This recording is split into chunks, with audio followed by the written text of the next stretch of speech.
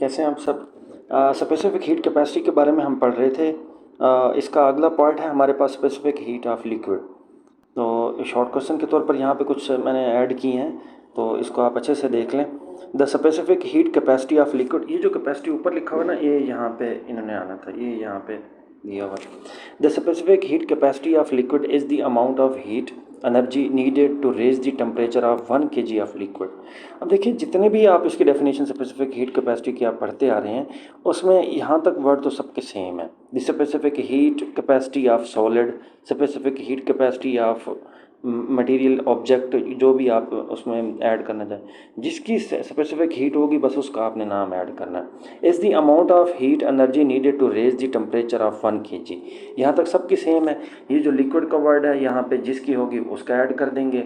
उसके बाद यहाँ पे 1 kg ऑफ, और जो जिसका नाम होगा उसके यहाँ पे भी ऐड कर देंगे, बाय 1 डिग्री सी और 1 केल्विन।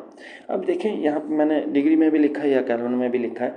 ये जो जब टेम्परेचर चेंज आता है ना, जैसे बिलफर्स पहले 5 डिग्री है, फिर 10 डिग्री हो गया, दोनों में चेंज 5 डिग्री का है, तो इनकी जो डिफरेंस है ना, केल्विन में लें या उसमें डिग्री में लें, सेम आता है। ठीक है, इस चीज़ को याद रखिएगा। उसके बाद है हमारे पास why water is widely use in different places instead of other liquid.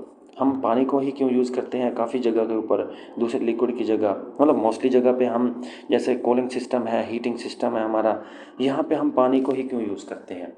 उसके मैंने रीज़न भी लिखी है, because water have high specific heat capacity 4200 जॉल पर किलोग्राम पर केल्विन।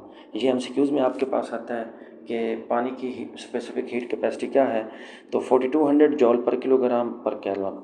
अच्छा, आपको यहाँ पे एक और भी बात बताऊँ, तो ऑप्शन में 4200 2 से 3 भी एक जैसे भी हो सकते हैं, तो आपने यूनिट का खास ख्याल रखना है। यहाँ पे जो यूनिट दिया हुआ है, this means water absorb large amount of heat with only a temperature increase, कि जैसे आप टेम्परेचर इंक्रीज़ करते हैं तो इसके अंदर अब्जॉर्प्शन ऑफ हीट सबसे ज़्यादा है, जिसकी वजह से ये दूसरों के निस्बत ज़्यादा हम यूज़ करते हैं। इसको कहाँ कहाँ इस्तेमाल करते हैं? Due to this property water is used in cooling system, heating system and temperature stabiliser. क्या आपने जहाँ पे पानी टेम्परेचर को स्टेबल करना हो, वहाँ पे पानी यूज़ करते हैं। उसके बाद ये नेक्स्ट शॉर्ट क्वेश्चन है, why coastal areas have the milder climates compare to the inland areas. आपके पास दो एरियाज़ का कंपैरिजन बताया गया है। एक वो जहाँ पे आपके पास ओशंस हैं, लेक्स हैं, दूसरा वो यहाँ पे आपके पास सैंड है, और वहाँ पे पानी बहुत कम होता है, मैदानी इलाके जैसा कि हमारे पास हैं। तो उसके उसके मुताबिक यहाँ पे बताया गया है। उसकी रीज़न क्या है कि एक एरिया का क्लाइमेट दूसरे एरिया से कैसे चेंज होता है, उसकी रीज़न क्या है। Large water bodies like ocean and lakes absorb heat during the day and reduce its slowly at night.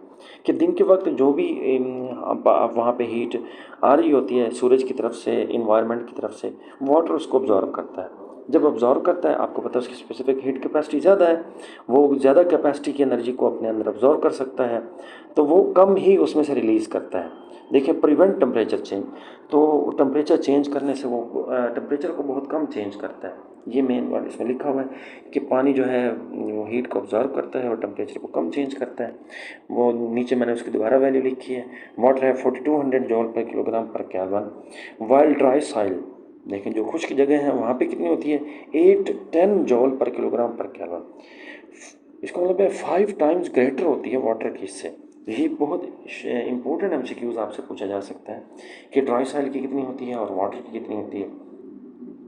Soil heat up, देखिए आगे मैंने लिखा है, soil heat up 5 times more than the mass of water. जहाँ पे water होता है वहाँ पे उसकी निस्बत ये ज़्यादा होता है, सॉइल की जो है 5 टाइम्स ग्रेटर जो है वो। इसके अंदर कूलिंग भी जल्दी होती है और हीट अप भी जल्दी होती है, ये जो ड्राई सॉइल्स हैं। अगर आपको क्वेश्चन इस तरह भी दिया जाए कि जो ड्राई सॉइल्स हैं वो जल्दी हीट अप और जल्दी उसके अंदर कूलिंग क्यों होती है, तो उसकी रीज़न ये होती है कि उनकी स्पेसिफिक हीट कैपेसिटी कम होती है। वो जल्दी से यूँ समझ लें कैपेसिटी से भर जाती हैं हीट से, वो उसको रिलीज़ भी कर देते हैं इतने जल्दी ही। उसके बाद है what is cooling system in automobiles. ये भी शॉर्ट क्वेश्चन आपके पास पूछा जा सकता है कि गाड़ियों के अंदर कूलिंग सिस्टम कैसा होता है। A cooling system absorb heat and carry away heat produce by the engine.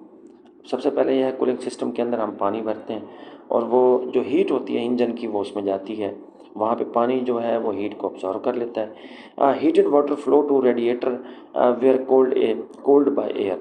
अब जो गर्म पानी है वो रेडिएटर के अंदर भेजा जाता है और उसके अंदर जो वहाँ से ठंडी हवा के ज़रिए, वहाँ से एयर के ज़रिए उसको दोबारा जो है ठंडा किया जाता है। The cold water return to the engine to absorb more heat again.